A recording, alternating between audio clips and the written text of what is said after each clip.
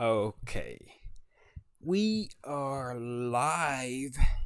If by live, I mean you're watching this after I record it, probably in the same day, but I don't know. Uh, Hopefully, if you're watching on Spotify, this will be an episode with a video that you can watch and see all this loveliness. Today we are going to talk about the birth of my fourth child, Lucina Rose. Now, if I could move the camera without it being a whole fucking thing, I could show you that she is right there.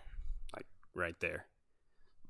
She's currently staring at the camera, trying to figure out what the hell's going on.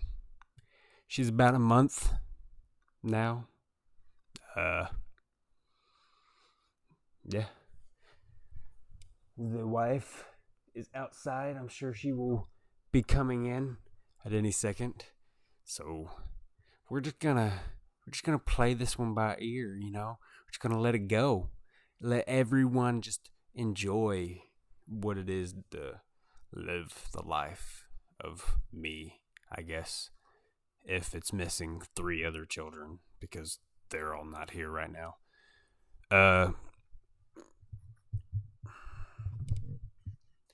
So it was a home birth. I told that already in another video, and if you've watched the video I put out recently called How to Be a Dad, I think is the title of it.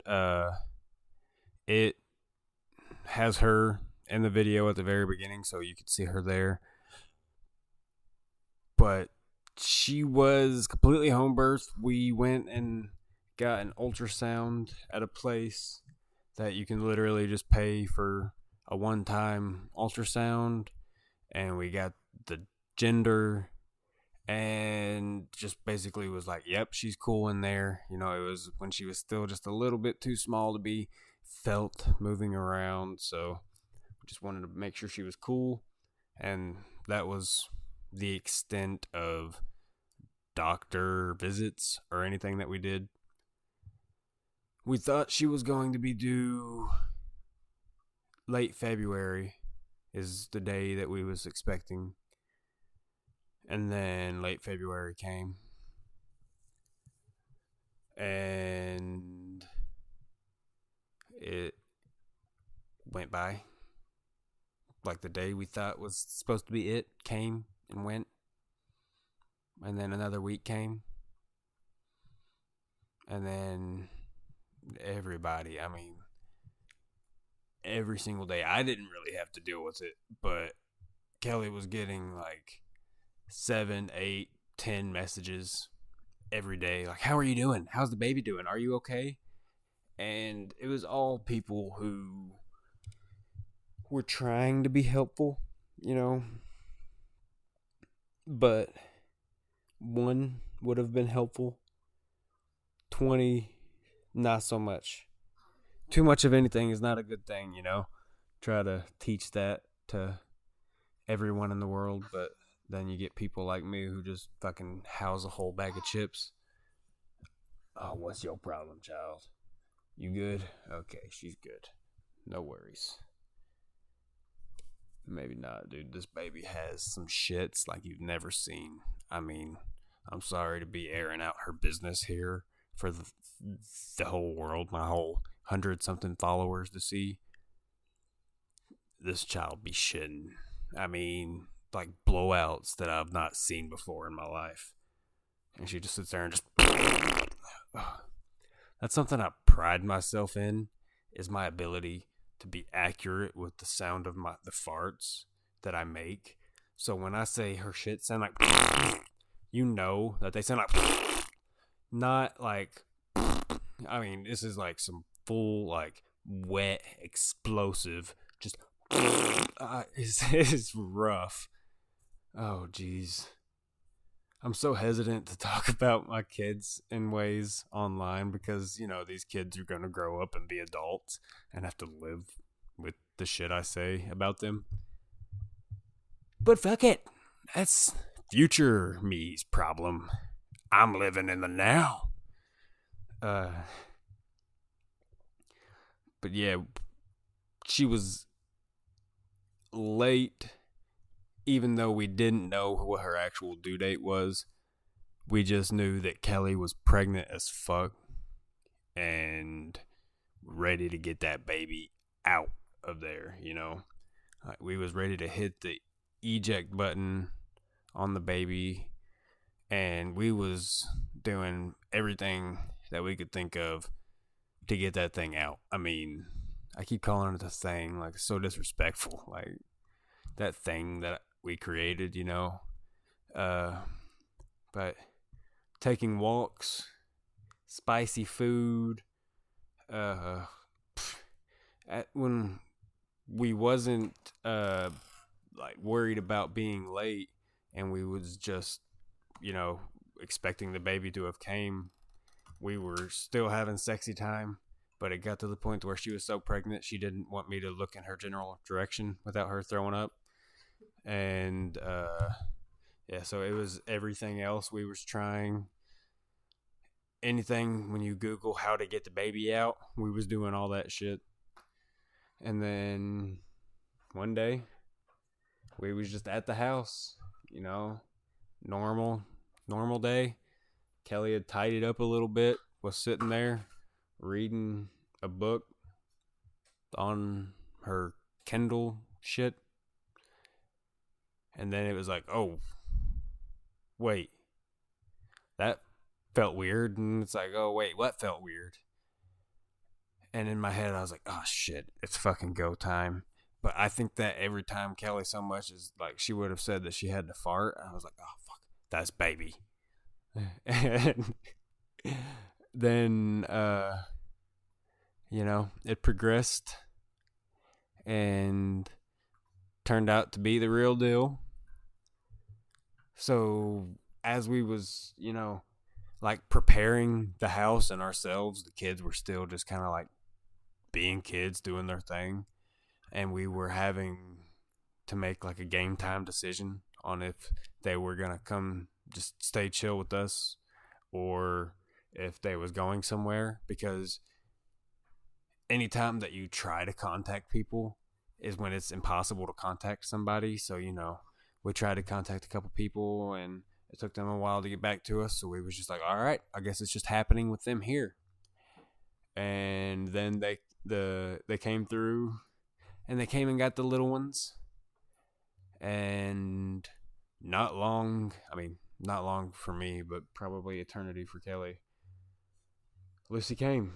Kelly actually has the whole thing posted on her channel. It's not like super graphic or anything, You just see us from the distance and just kind of like, I guess, the vibe that happens when the baby's coming. There's a version that's nice with all pretty music and shit, and I was like, baby, like that's nice and all, but that's not actually what's going down, In the real moment, she's sitting there, she's going, fuck, and I'm like, oh god, she's gonna die. Don't die, everything's good, don't pass out, we're good, everything's fine here, we're fine. And it was fine. She came out being the biggest baby we had yet, and that's saying something because I be making big babies around here. And yeah, she came out looking like a black kid. I was kind of like, well, what the hell? And then she started, breathing and not choking on all of the fucking phlegm they have in their body when they're born. And then she got some color, and I was like, okay, that's my baby. I'm pretty sure. She could be pulling a fast one on me, but she could have a a face that looks like mine. Don't be mad. It's fine. Everything's fine. Oh, gosh. Hold on, I gotta put the microphone down.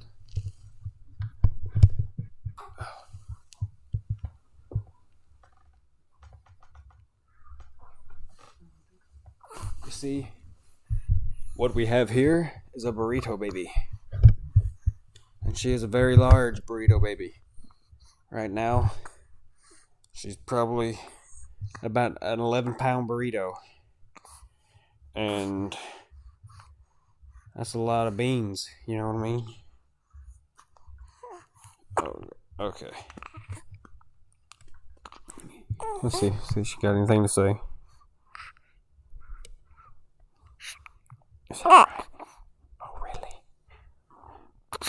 Oh.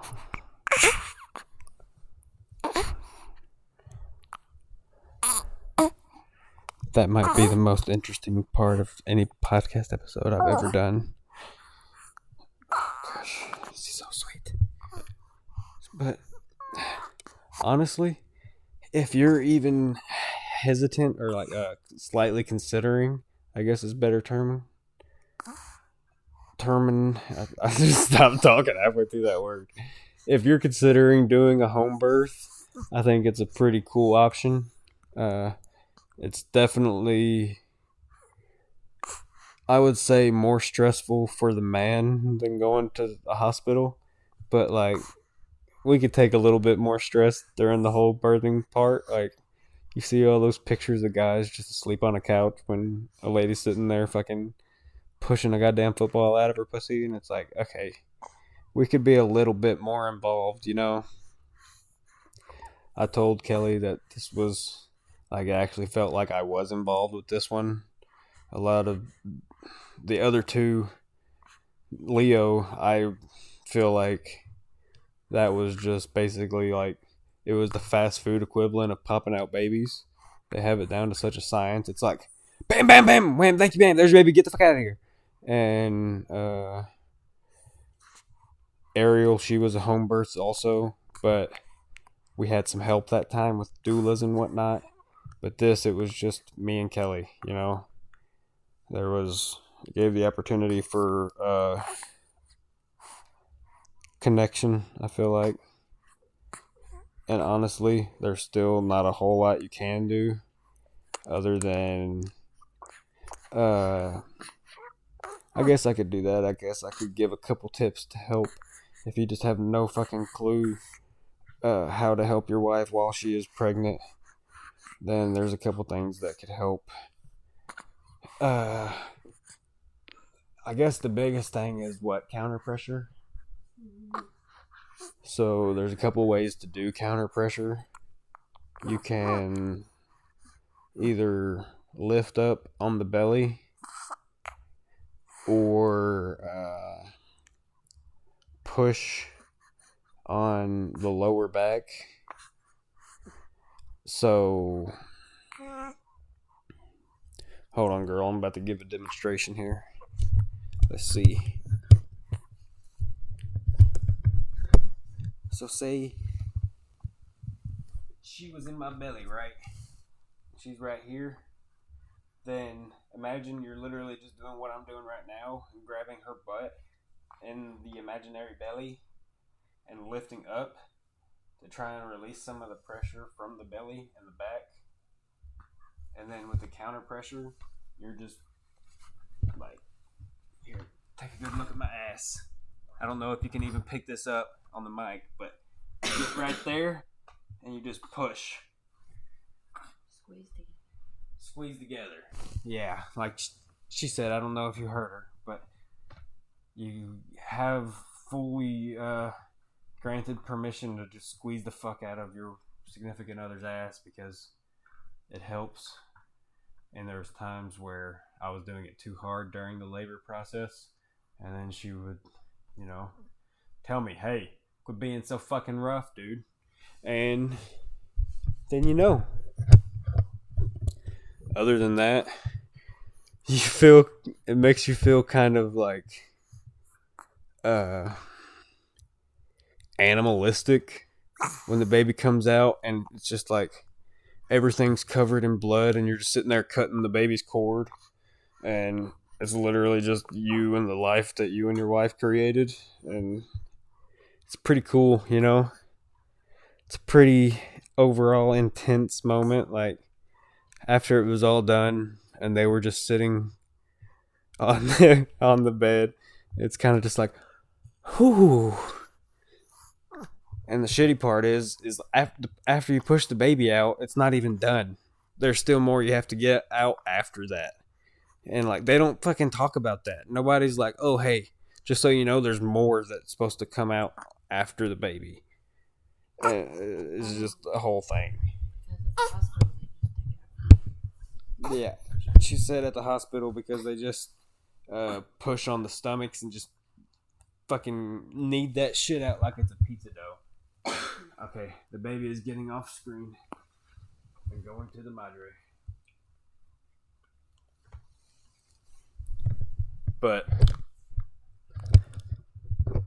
especially if you have more than one kid, if this is going to be your third or fourth kid like it was for us, give it a thought, you know.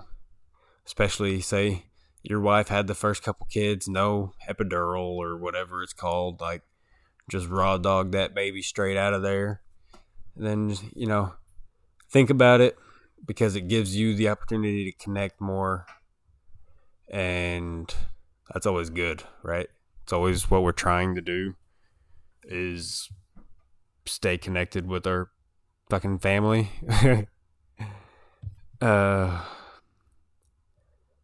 After, let's see, it was after she came out, it was kind of just like where we was in our house, you know, we was where we was comfortable. So I was like, well, what do I do now? How can I help her? And, you know, Kelly had a couple, you know, like ibuprofen and just stuff to help ease her body pain. And she had some tinctures and homeopathic, is that the word? Like telepathic, but homo? Remedies to help herself out. And I was like, well, fuck, I guess it's time to eat. So I made her a fat fucking burrito, just like the baby burrito we just saw.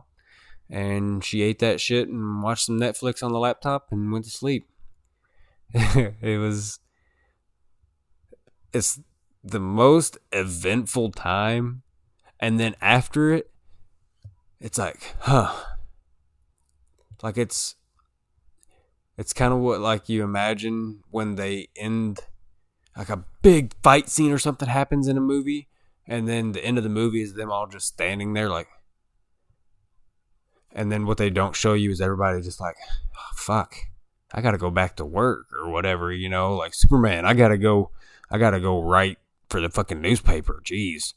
Like, it's just this weird thing to where you're like, oh, okay, my life is completely changed, but life also goes on. Yeah.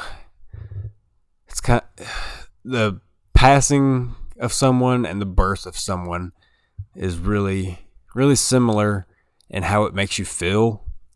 Because when someone dies, you feel like, okay, the world has stopped for them, and it feels like part of me has stopped at this point, but everything else keeps spinning. And then when somebody's born, it's like everything for you stops in that moment because it's so impactful.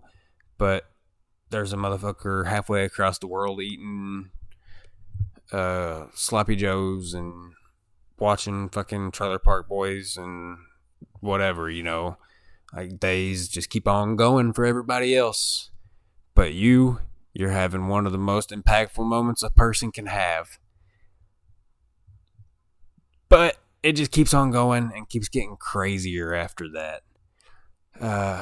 I'm really kind of satisfied with the length of episodes that I've been doing lately. You know, not really too long, because I feel like it gives me less. Feel like I need to fill in time less.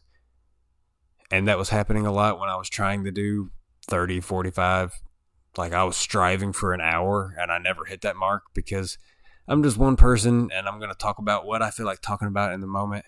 And then when it's time to get off,